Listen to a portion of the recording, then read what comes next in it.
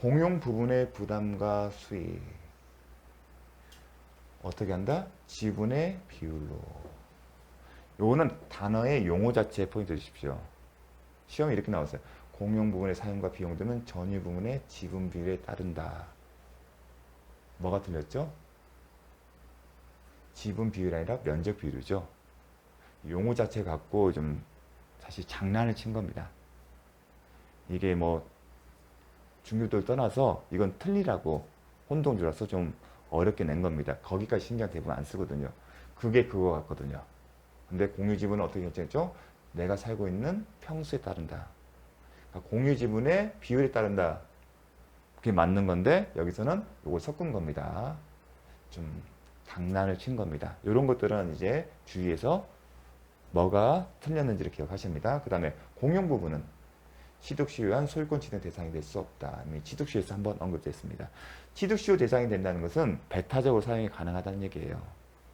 그런 일이 발생하게 되면 아파트 입주민이 난리 나겠죠. 자, 그 다음에 대지사용권 중요한 것. 자, 대지사용권이 뭐 개념부터 보겠습니다. 자, 아파트가 있고 아파트가 이 건물의 존재를 위해서는 뭐가 있어야죠? 토지에 대한 사용권이 있어야죠. 대표적인 게 소유권이죠. 그런데 소유권 위의 권리에 대해서도 인정을 하고 있습니다. 그래서 보겠습니다. 구분 소유자가 전유 부분을 소유하기 위하여 건물의 대지에 대해 가지는 권리를 말하는데 대표적인 게 소유권이고요. 소유권뿐만 아니라 용의권, 지상권, 전세권, 임차권 있죠. 다 건물 소유 목적으로 토지를 사용할 수 있는 권리가 있고요. 그 다음에 특이한 게 매수인이라서 점유 사용할 수 있는 채권적 지위도 포함된다. 이 표현 자체도 수험생 입장에서 시험을 위해서만 기억해 주십시오. 우리가 이런 것까지 볼 일 없고 이런 용의권이 설정된 경우는 불안하죠. 왜냐하면 용의권 같은 경우는 존속기간이 있잖아. 기본적으로. 대부분 소유권입니다. 수험생 때는 시험이라는 목적을 봤을 때는 대지사용권에는 매수인으로서 점유 사용할 채권적 지위도 포함된다는 것도 아십시오. 왜냐하면 타인의 토지를 토지지주 작업을 마쳐서 재건축이나 그런 경우에 나올 수 있는 개념입니다. 자, 한편 부동산 등기법상 개념인 대지권은 1항의 대지 사용권 중 건물과 분리해 처분할 수 없는 것을 말한다. 근데 이게 혼동하지 말면 대지권이라고 등기가 돼야만이 처분할 수 없는 게 아닙니다. 그냥 등기법상 개념의 뿐인 겁니다. 등기에 이런 의미로 대지 사용권 중 분리해서 처분할 수 없는 경우로 등기가 된 경우에는 대지권이라는 표현을 씁니다. 이게 대지권이 등기가 돼야만이 분리처분이 금지되는 게 아닙니다. 분리처분 금지되는 것 중에서 등기가 되면 그게 대지권이라는 표현을 쓴 것 뿐입니다. 왜냐하면 구약이나 공정증수로 분리처분을 달리 정할 수가 있기 때문에. 그럼 규약은 뭐냐? 여기에 이해관계들, 소유자들이 따로 정한 그 규약을 만들어서 요거는 따로 처분할 수 있게. 그럼 공정은 뭐냐? 소유자가 한 명인 경우에 토지 소유자가 여기 규약은 토지 소유자가 여러 명이라는 경우에 분리처분을 정할 수 있는 거고요. 규약을 정했으면 제3자가 앱에서 확인할 수 있잖아요. 근데 공정서 뭐냐? 토지 소유자가 한 명이에요. 근데 달리 정할 수 있다는 것을 객관적으로 확보하기 위한 거예요. 공정증서는. 근데 말 바꾼 것을 막기 위한 겁니다. 그냥 참고로 그런 개념 정도만 아시면 됩니다. 대지권은 이거는 대지권을 등기돼야만이 분리처분할 수 없는 게 아니라는 겁니다. 그 개념만 혼동하시면 안 됩니다. 그렇기 때문에 우리가 배우면 이런 표현이 나온 거예요. 어떤 표현이 나오냐면 성립요건이 나오고요. 전유분과 대지 사용의 일체성이라는 분리되는 것을 최대한 억제하기 위해서. 만약에 대지권으로서 등기가 돼야만이 분리처분될 것은 여기가 대지권이라고 썼겠죠. 근데 대지 사용권이라고 써 있잖아요. 그래서 혼동하지 마십시오. 가장 이 부분에 대해서 공부하면서 헷갈리는 게 대지권이라는 개념이 보면 분리처분할 수 없다는데 마치 등기가 돼야만이 그 대지 사용권이 부동산 등기법에 따라서 대지권으로 등기돼야만이 분리처분이 금지된 것을 이해하는데 그렇지 않다는 거. 단순히 부동산 등기법의 개념일 뿐이라는 거. 그거를 구분하셔야 합니다. 자, 등기법이 이렇게 되어 있습니다. 볼게요. 참고로 하세요. 구분 건물의 집합건물법 제2조 6호의 대지 사용권으로서 건물과 분리하여 처분할 수 없는 것이 있는 경우에는 등기관은 한동 건물의 등기비를 표제부에 전유부분의 등기 표제부에 직권으로 대지권의 문제 토지 등기부에 소유권, 지상권, 임차권 이런 것을 기록해야 한다. 요 규정이 있는데 이 규정이 있다고 해서 등기되어야만이 분리처분이 금지되는 것은 아니라는 겁니다. 그 개념을 구별하셔야 합니다. 이게 우리한테 지금 민법 시험에서는 시험 범위는 아니에요. 오히려 부동산 등기법에 따라서 이 표시를, 대지권의 표시를 어디서 표시하는 게 시험에 나오겠죠. 하지만 참고 삼아서 설명을 드린 겁니다. 단지 이렇게 등기법에 되어 있기 때문에. 자, 대지 사용권에. 그래서 집합 건물 때는 대지 사용권이라는 표현을 계속 쓰는 거예요. 그리고 대지 사용권의 성립 요건은 결국은 구분 소유권이 성립된 시점과 연결이 됐어요. 그렇게 되면 분리처분 금지가 됩니다. 뒤에 보는 것이 일체성 때문에. 만약에 다시 강조드리지만 대지권만이 분리처분 금지라면 여기에 대지 사용권이라는 표현이 아니라 대지권이라는 표현을 써야겠죠. 그리고 아니면 등기라는 표현이겠죠. 하지만 나오지는 않습니다. 그래서 혼동하지 마십시오. 자, 대지 사용권 성립에 있어서는 집합 건물의 존재와 구분 소유자가 전유 부분 소유를 위하여 당의 대지를 사용할 수 있는 권리를 보유하는 것 이외에 다른 특별한 요건이 필요하지 않다. 중요합니다. 등기나 대지권 등기 같은 게 필요 없다는 거예요. 예컨대 나오잖아요. 예컨대 다른 특별한 요건으로 등기를 해야만이 대지 사용권이 성립하지 않는다. 대지 사용권이 성립한다는 얘기는 분리처분 금지하는 거예요. 근데 집합 건물의 존재. 그러면 제가 그랬죠. 구분 소유권 성립 시기가 대지 사용권에 대한 분리처분 금지의 효력이 발생한다고 했죠. 그러면 대지 사용권에서 그 단서가 있어요. 집합 건물의 존재예요. 건물의 존재인데 집합 건물의 존재. 이 얘기가 뭐냐면 구분 소유권이 성립한 거예요. 그렇기 때문에 집합 건물의 존재라는 것은 구분 소유권 성립. 뭐였죠? 한 동의 건물이 존재하고 구조상, 이용상, 독립성 있고 구분행위 있어야 한다. 그리고 사용할 수 있는 보유. 그러면 대지 사용권이 성립하고 그 의미는 분리해서 처분하지 못한다. 일체성이 적용된다는 거. 정말 중요합니다. 다른 특별한 요건 필요하지 않다. 대지권 등기 같은 게 필요하지 않다는 겁니다. 토지대장의 등재나 아니면 건축물에 대한 등재나 그런 것들 공부상의 등재가 필요하지 않다는 겁니다. 과거에는 필요하다는 취지로 판시가 됐는데 전원합의체 판결로 변경됐습니다. 이게 중요합니다. 전유분 그 효과 그러면 대지 사용권이 성립됐어요. 대지 사용권이 성립되면 구분 소유권도 성립이 됐다는 거예요. 그 의미는 뭐냐면 전유 부분과 대지 사용의 일체성이란 규정이 적용된다는 겁니다. 자, 전유 부분은 주된 권리겠죠. 그 목적을 위해서 대지 사용권 존재. 주된 권리, 종된 권리가 있어요. 민법 규정이 적용되면 당사자 임의로 종된 권리만 처분이 가능해요. 독립해서. 그렇게 되면 문제가 발생하기 때문에 법에서 일체성을 줬어요. 즉 분리해서 처분하지 못했어요. 앞서 본 전유 부분과 공유 부분의 일체성처럼. 내용을 볼까요? 집합 건물의 전유 부분과 대지 사용권이 분리되는 것을 최대한 억제하여 대지 사용권이 없는 구분 소유권의 발생을 방지한다. 대지 사용권, 토지 소유권이 없는 건물이 존재하게 되면 철거 운명이잖아요. 건물이 한 동 있고 소유자가 한 명인 경우와 피해와 한 동의 건물에 구분 소유권 성립됐고 몇백 명이 살고 있다면 그 철거로 인한 피해는 비교가 안 될 겁니다. 당사자를 방지하면서 집합 건물에 관한 법률관계 안전과 합리적 규율을 도모한다. 자, 대지 사용권의 수반성. 먼저 대지 사용권은 그가 가지는 전유 부분의 처분에 따른다. 공용 부분도 마찬가지였잖아요. 처분에 따른다. 그게 첫 번째입니다. 수반성. 전유 부분의 처분에 따르면 대지 사용권도. 이게 첫 번째 특징이고 두 번째 이게 중요하겠죠. 분리처분 금지. 이게 중요한 거죠. 공용부도 마찬가지예요. 공용분의 공유지문도 별도로 따로 처분하지 못한 것처럼 대지 사용권도 분리처분. 분리해서 따로 처분하지 못하는 이겁니다. 결국은 집합건물법은 이걸 규율하게 한 것 같습니다. 주된 목적은 볼게요. 구분 소유자는 그가 가지는 전유 부분과 분리하여 대지 사용권을 처분할 수 없다. 즉 대지 사용권만 따로 처분할 수 없다. 다만 규약이나 공정증서로 달리 정한 경우 그러지 않는다. 규약은 그 소유자들이 여러 명이 정한 거예요. 규약으로. 그럼 공정주사는 소유자가 토지 대지사용권에 예컨대 소유권일 때 그 소유자가 한 명인 경우 나중에 이 분리처분을 할 수 있다는 얘기를 이 사람 머릿속에 두게 된다면 거래 안전에 영향을 끼치기 때문에 공정증서로 명확하게 하는 겁니다.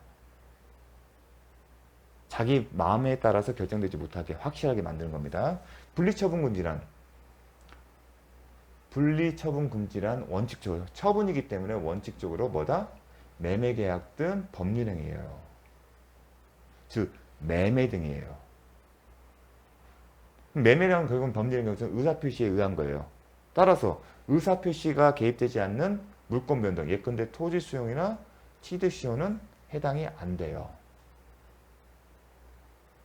즉 토지 수용이나 취득 시효의 완성에 따라서는 분리가 가능하다는 얘기입니다. 근데 중요한 것은 왜 시험이 잘 나오냐면 매매계약도 의사표시예요. 그럼 이건 이해가 돼요. 법률행위에 의하지 않고 토지 수용이나 취득 시효는 당연히 법률의 규정에 따른 거지 법률행위에 의하지 않는 거죠. 의사표시에 당사자의 의사표시에 상관없는 거예요. 근데 강제집행이나 체납처분이요. 세금 체납하는 게 체납처분이죠. 이런 강제집행 같은 경우나 아니면 공매절차도 의사표시 기한 겁니까? 아니에요. 하지만 이런 강제집행 매각이나 공매는 실질적으로 사법상 매매계약으로 취급이 되기 때문에 분리처분 금지 조항이 적용됩니다. 요게 구분을 해주십시오. 요 구분의 차이점이 때문에 언뜻 보면 강제집행 매각이나 체납처분 공매도 해당이 안 될 것처럼 보이지만 우리가 뭐죠? 제가 경우에 따라서는 강제집행 경매에 따라 낙찰 받으려는 그 관계를 뭐죠? 사법상의 매매계약으로 취급하잖아요. 100%는 아니지만 그 성질 차관해서 여기에 해당된답니다. 이 처분에. 그래서 시험에 나오는 겁니다. 요 포인트가. 자, 대지사용권의 분리처분 금지 원칙은 구분 소유자가 대지사용권을 취득한 때부터 적용되고 대지권 등기 여부는 묻지 않는다. 제가 강조했죠. 구분 소유권을 소유자가 대지사용권 취득한 때 언제예요? 구분 소유권의 성립 시점이에요. 그 시점이면 이미 대지사용권을 갖고 있거든요. 그렇기 때문에 구분 소유권이 성립 시점에 이게 적용된다는 거 얘기를 하는 겁니다. 따라서 등기 여부는 묻지 않는다. 이게 또 중요하죠. 자, 대지사용권의 성립이나 구분 소유권 성립할 때 대장이나 등기부여는 공부상의 등기는 필요 없지 않습니까? 등재는 그 같은 연장선입니다. 다만 분리처분 금지를 등기하지 아니하면 선의로 물권을 취득한 제3자에게 대항하지 못한다는 단서가 있습니다. 다만 분리처분 금지를 등기하지 않으면 선의로 물권을 취득한 제3자에게 대항하지 못한다. 요 조항 자체만 기억을 해주십시오. 그럼 이 선의가 뭘까가 사실 중요해요.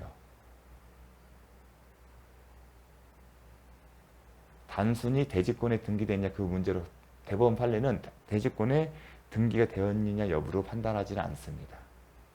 근데 그 부분은 너무 심화학습이고 시험 범위에 출제된 바가 없기 때문에 하지 않습니다. 다만 요 내용제만 법조문이니까 등기하지 않으면 선의로 취득하지 못한다. 선의로 취득한 사람에 대항하지 못한다. 근데 대지권이 등기가 안 돼 있으면 다 선의냐? 그건 아닙니다. 좀 내용이 복잡해요. 네. 그것만 이제 포인트. 문득 보면 대지권 등기 안 되면 다 선의겠네? 그러면 만약 그게 성립된다면 우리가 앞서 한 설명들이 아무 의미가 없어져요. 그래서 의미가 있는 겁니다. 근데 시험은 출제가 안 된다. 자, 기출지문 정리는 이렇게 나왔습니다. 구분 소유자는 구약 또는 공정주소로 달리 정하지 않는 한 그가 가지는 점유분과 분리하여 대지사용권 처분할 수 없다. 가장 핵심적인 내용이고 가장 기본적인 내용입니다. 대지사용권은 전유분과 일체성을 갖게 된 후 개시된 강제경매 절차에 의해 전유분과 분리되어 처분될 수 있다? 아니다. 분리처분 금지의 그 처분에는 강제경매 절차도 포함이 된다. 또한 체납. 이걸 물어본 거죠. 요걸 좀 낸 겁니다. 요거하고 그 다음에 처분할 수 없다. 요걸 묻는 겁니다. 요 조항을 시험 출제는. 자, 요거를 기억하십시오. 정말 중요합니다. 작년에 출제가 됐습니다. 자, 다음은 구분 소유자가 아닌 대지 공유자와 구분 소유자 사이에서 대지의 사용 수익과 관련된 부당이득 반환에 의해 법률 관계 이제 조만간 출제가 될 겁니다. 되게 이론적으로 쉬운 내용은 아니에요. 쉬운 내용도 아닌데 이게 22년도에 전원 합의점 판결을 나옴으로써 지각 변경이 일으킵니다. 언제 이제 나오냐면 현실에서는 보통의 뭐 서울처럼 LH가 토지를 구획 정리한 다음에 분양을 받게 되면 이런 일이 발생 안 해요. 그런데 단독주택에 모여있는 그 뭐 10가구나 20가구의 주택을 시행사가 토지 지주고 작업하고 그 지주를 마친 다음에 건물 한 동이나 두 세대의 어떤 다세대 주택을 지었을 때 이런 일이 발생해요. 그런 경우에는 토지의 구분 소유자와 건물의 구분 소유자와 토지의 공유자가 대지사용권의 공유자가 다른 경우가 있어요. 등기구상에. 그리고 집합 건물상과 분리처분 금지 규약의 일체성에 따라서 분리처분 금지에 대해서 경우도 있겠지만 분리처분 금지의 조항이 적용되지 않는 경우도 있어요. 그래서 요런 경우들은 이제 복잡한데 간단하게 얘기하면 토지가 있는데 대지 사용권이 있고요. 건물이 있는데 이제 구분 소유자가 존재해요. 보통의 경우는 이 대지 사용권의 공유자와 구분 소유자가 같겠죠. 근데 이게 달라요. 다르게 된 이유는 많아요. 근데 현실에서 어떤 경우가 있냐면 아까 예를 들은 것처럼 토지 지주 작업을 마친 경우인데 건물에 대해 등기를 마치는 가능했는데 토지에 대해서는 법률적인 이슈가 발생해서 못하는 경우가 있어요. 하고 싶어도. 그 결과 이 토지의 공유 지분이 분리처분 금지에 이축 저촉되지 않아서 별개로 처분이 되는 경우가 있어요.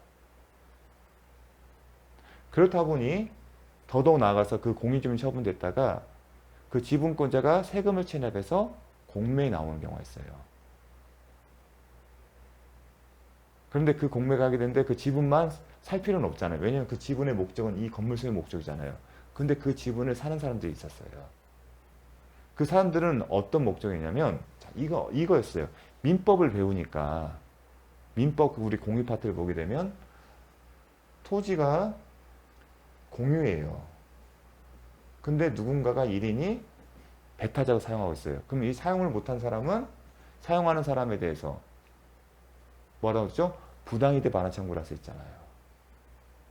이 1인이 공유자라도 아니면 제3자라도 다 할 수 있잖아요. 제3자는 침해이지만 이 1인이 공유자일 때 이 공유자가 소수든 과반수든 이 1인 상대로 해서 배타적으로 사용하는 사람한테 부당이득 반환할 수 있잖아요.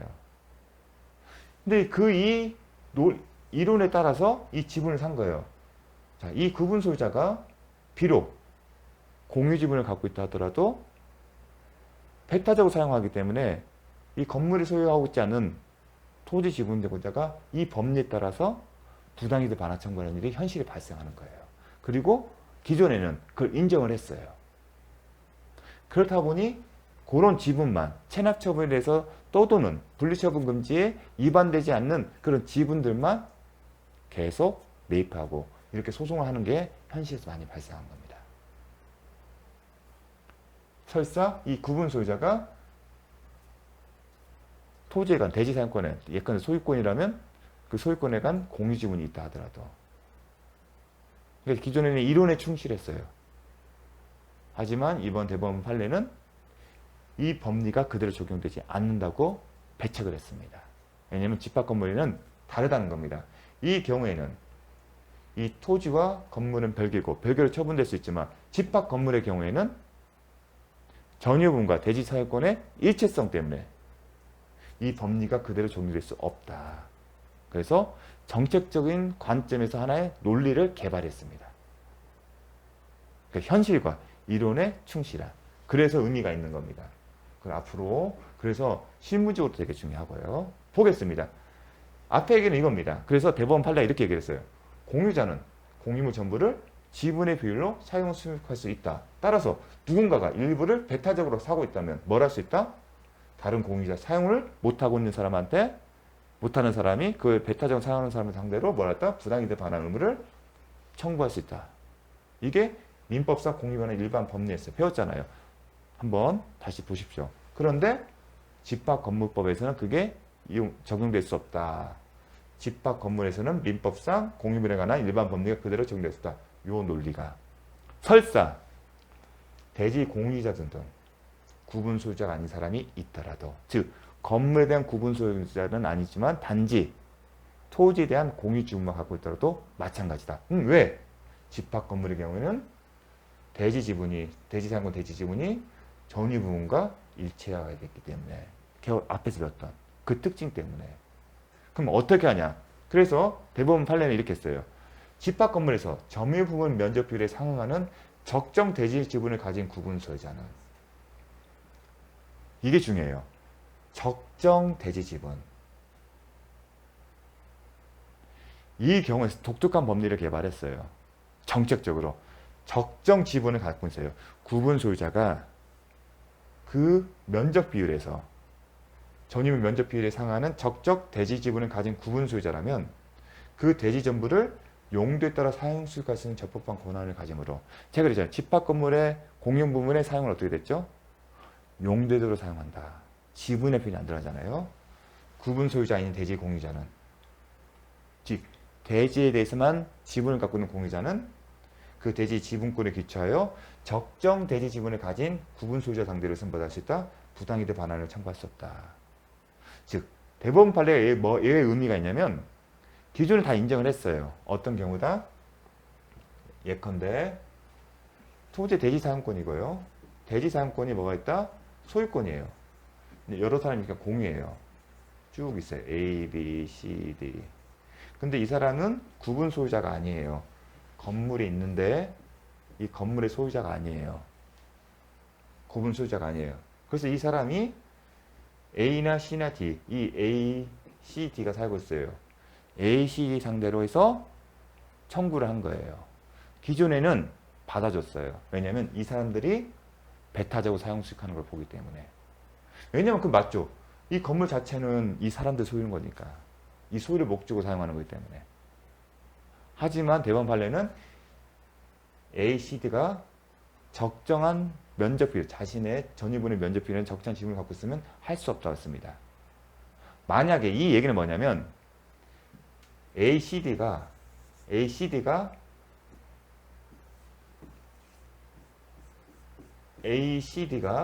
토지에 관해서 공유 지분이 없는 경우는 여전히 반환할 의무가 있다는 거예요. 반대로 해서 가게 되면 이 사람들이 갖고 있던데 그게 적정 지분이 아니거나, 아니면 아예 이 대지 사용권에 관한, 예컨대 소유권이라면 이 소유권에 관한 공유 지분이 전혀 없다고 한다면 여전히 부당이득 반환 의무가 있답니다. 근데 그 의미가 뭐냐면, 이 적정 지분을 나타내려면 그런 사람들은 자신들이 노력해서 빨리 공유 지분을 갖게 만들라는 겁니다. 그렇게 함으로써 결국은 시간이 지나면서 구분 소유권자와 전유 구분 소유권자와 토지의 공유권자를 공유 지분권자를 일치시킴으로 가겠다는 겁니다.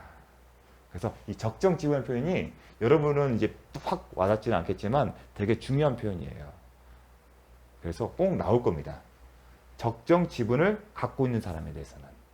그러니까 적정 지분을 갖고 있는 경우에는 원래는 적정 지분권이 있냐 비율에 상관없이 배타적 사용이 있으면 무조건 하잖아요. 근데 적정 지분을 갖고 있으면 그 법리가 적용되지 않는다는 겁니다. 그래서 중요하다. 꼭 나올 겁니다. 조만간. 자, 이렇게 날 겁니다. 표현을 바꾸면 이렇게 해요. 제가 문제를 만들어 봤습니다. 구분 소유자 아닌 대지 공유자는, 즉 아파트에 대한 소유권이 없는 사람, 전유에 대한 소유권이 없는 사람이에요. 오직 대지에 대한 공유 지분만 있는 사람입니다. 그런 사람은 그 대지 공유 지분에 기초하여 적정 대지 지분 가진 구분 소유자를 상대로 대지 사용 수익에 따른 부당이득 반환 것을 할 수 없다. 이런 식으로 표현을 있다 없다 나올 겁니다. 제가 말했던 이 의미가 이겁니다. 이 전원업 합의체 판결은 구분 소유자는 적정 대지 지분을 가졌는지 여부를 불문하고 구분 소유자 아닌 대지 공유자에게 민법상 공유물에 관한 일반법에 따라 점유 부분 면적에 따른 차임 상당의 부당의 반환 의무를 부담한다는 종전 판결을 변경한 것이다. 그전에는 적정 지분을 갖고 상관없이 무조건 반환 의무가 있었어요. 하지만 변경된 판례는 적정 대지 지분을 갖고 있는 사람의 경우에는 뭐다? 부당이득 반환을 청구 못한다. 그럼 여전히 적정 대지 지분을 갖지 못한 구분 소유자들 상대로 아니면 아예 대지 지분이 없는 사람 상태로는 여전히 뭐라 할 수 있다? 반환 청구할 수 있다. 근데 대부분 적정 대지 지분을 갖고 있는 게 대부분입니다. 기존에 이거 산 사람들은 적정 대지 지분에 상관없이 그 사람들 상대 다 부당이득 반환 청구를 하고 싶었던 거거든요. 자, 그래서 의미가 있는 겁니다. 자, 잠시 쉬었다 가도록 하겠습니다.